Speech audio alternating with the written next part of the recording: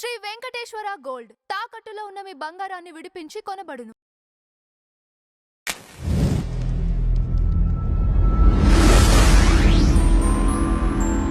మొన్న మీరు డిఎస్సిలో సెలెక్ట్ అయినా? అవును సార్. నా పేరు అనుష సార్. అనుష, ఎక్కడ చేస్తున్నావమ్మా? ప్రస్తుతం ఆచంట గవర్నమెంట్ హై స్కూల్లో పనిచేస్తున్నాను. గవర్నమెంట్ హై స్కూల్లోనా? ఏంటి మీరు సెలెక్ట్ అయింది? SGT school assistant biology sir. School assistant madam. నమస్తే అమ్మా. ఎవరు? మన మా మదర్ ఝాన్సీ కుమారి సార్. మీరేం చేస్తూ ఉంటారు? ఇంట్లోనే హౌస్ వైఫ్ చేస్తారు.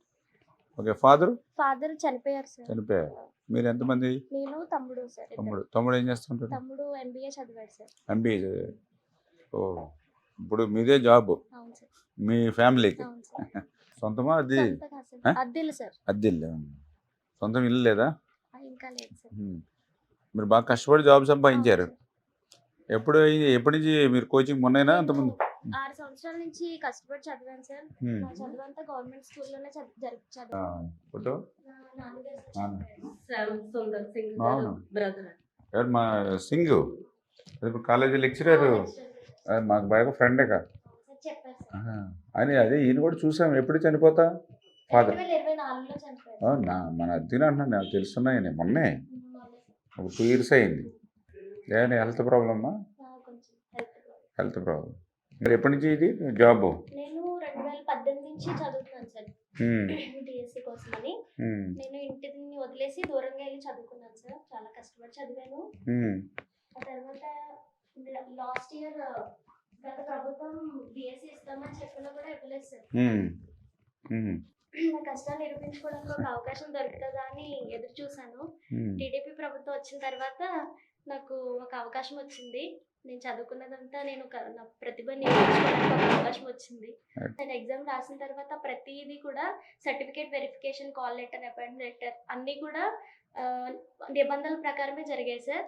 ఎలాంటి అవకతవకలు జరగలేదు. పారదర్శకంగా జరిగి ఉద్యోగం సాధించాను నేను. మేమైతే ఖచ్చితంగా చెప్తాము, మేమే కదా చూసాం సార్. సర్టిఫికేట్ వెరిఫికేషన్ అంతా కూడా చాలా ఎంత లేట్ అయినా కూడా, గంట లేట్ అయినా కూడా ప్రతి అభ్యర్థిని ఖచ్చితంగా చూసి పరిశీలించిన తర్వాతే మాకు ఈ ఉద్యోగం ఇచ్చారు సార్.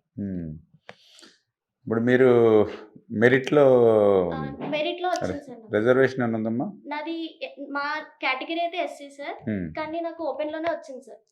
ఓపెన్ లోనే వచ్చింది. యాక్చువల్గా మెరిట్లో వచ్చింది మీకు? మెరిట్లో వచ్చింది. ఎస్సీ రిజర్వేషన్ ఉన్నప్పటికీ గ్రేట్. కంగ్రాచులేషన్.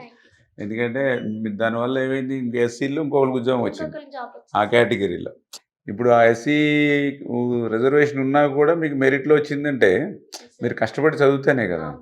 రేసులో 1 year కోచింగ్ తీసుకుంటాను నర్సాపురంలో. మళ్ళీ అవనగడ్డ వెళ్ళింది. మళ్ళీ 3 months కోచింగ్ తీసుకుని మళ్ళీ రివిజన్ క్లాసులకి ఒక 6 months వెళ్ళిందండి. వాళ్ళు డాడీ చనిపోయారని మళ్ళీ వచ్చిందండి. ఇంట్లో చదివిందండి. రాత్రి పగలు నిద్ర పోకుండా అసలు ఎంత కష్టపడి చదివిందంటే అసలు ఇంకా నేను మాటల్లో చెప్పలేనండి. చాలా కష్టపడి చదివింది తను. ఇలా కష్టపడ్డా కూడా వాళ్ళ డాడీ చాలా సపోర్ట్ చేశారు. మ్యారేజ్ కూడా వద్దని, నాకు జాబే కావాలి, జాబ్ వచ్చే వరకు చేసుకోనని చదివిందండి. కానీ ఇప్పుడు వాళ్ళ డాడీ కూడా వినలేదు.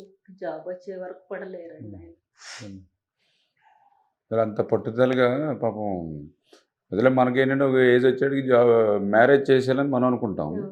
కానీ పాప ఏంటంటే తన కాళ్ళ మీద తను నిలబడాలని చెప్పి చేసుకుంటాం. మా తమ్ముడు సపోర్ట్ కూడా ఉంది సార్. మా తమ్ముడు తనకి కోచింగ్ ఫీజులు కట్టి మేనవాళ్ళని చదివించాలి అని చెప్పి చదివి ఏంటే ఇప్పుడు ఇంత కష్టపడి చదువుకుని ఇంతమంది హెల్ప్ చేస్తే చదువుకుని ఈ అమ్మాయి మెరిట్లో కేటగిరీలో అవకాశం ఉన్న మెరిట్లో జాబ్ తెచ్చుకుంటే, ఇప్పుడు వాళ్ళేమో అసత్యం రోజు నోరిప్పితే వాళ్ళు పేపర్ తిరిగేసిన, ఛానల్ చేసిన, ఓ పక్కన దీక్షలని, ఓ పక్కన ర్యాలీలని ఎంత తప్పుదో పట్టిస్తున్నారు.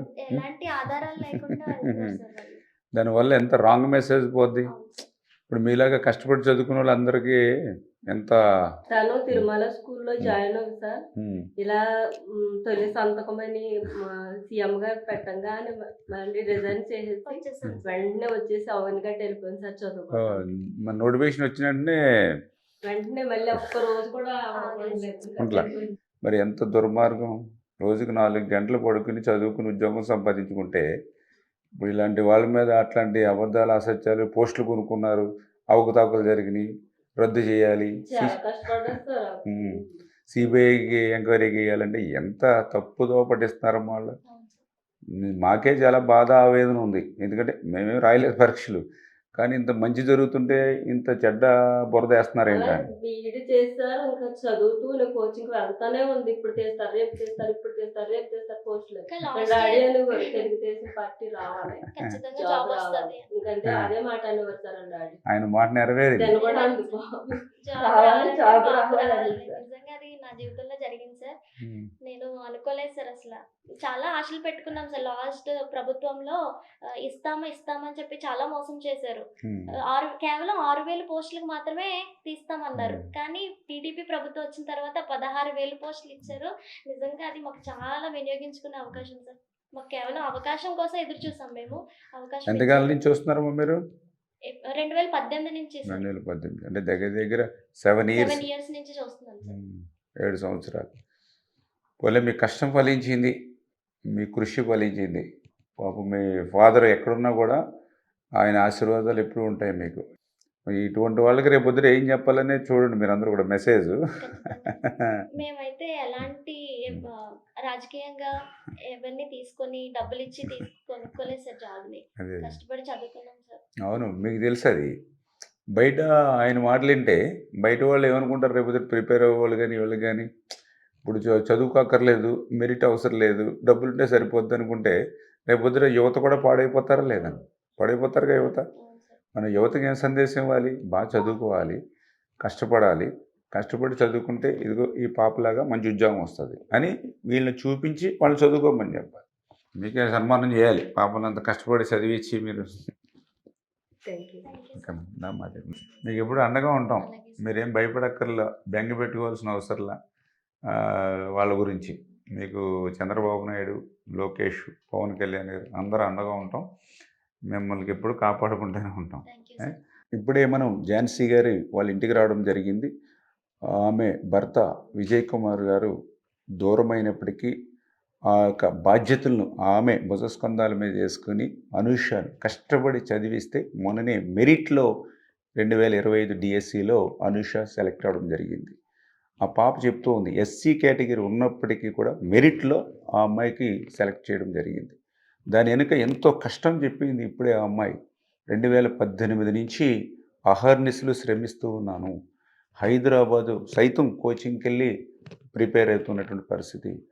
తండ్రి చనిపోతే మళ్ళీ ఇంటికి వచ్చి ఇంటి దగ్గర కోచింగ్ తీసుకున్నటువంటి పరిస్థితి. అవనిగడ్డ కోచింగ్ సెంటర్కి పోతే ఉదయం 4 గంటలు లేస్తే రాత్రి 12 గంటల వరకు కూడా నాన్ స్టాప్గానే ప్రిపేర్ అయినటువంటి పరిస్థితి. అంటే రోజుకి 20 గంటలు శ్రమించి కష్టించి మెరిట్లో అనూష సెలెక్ట్ అయిందని ఆ అమ్మాయి మాటలోనే మనందరం కూడా విన్నటువంటి పరిస్థితి. సొంత ఇల్లు కూడా లేనిటువంటి పరిస్థితి. మేనమామ ఆర్థికంగా సహాయం చేస్తే ఆ కోచింగ్ సెంటర్లకు డబ్బులు కట్టుకునేటువంటి పరిస్థితి.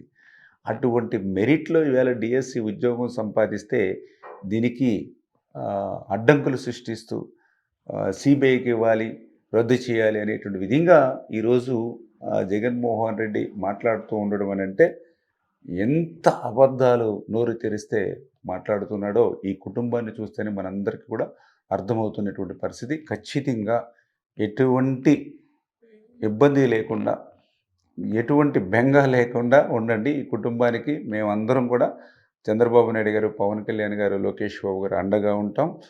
మీ అందరికి కూడా భరోసాగా ఉంటామని చెప్పి కూడా ఇంటికి వచ్చి వాళ్ళకి మాట కూడా ఇవ్వడం జరుగుతుందని చెప్పి మీ ద్వారా తెలియజేస్తాం.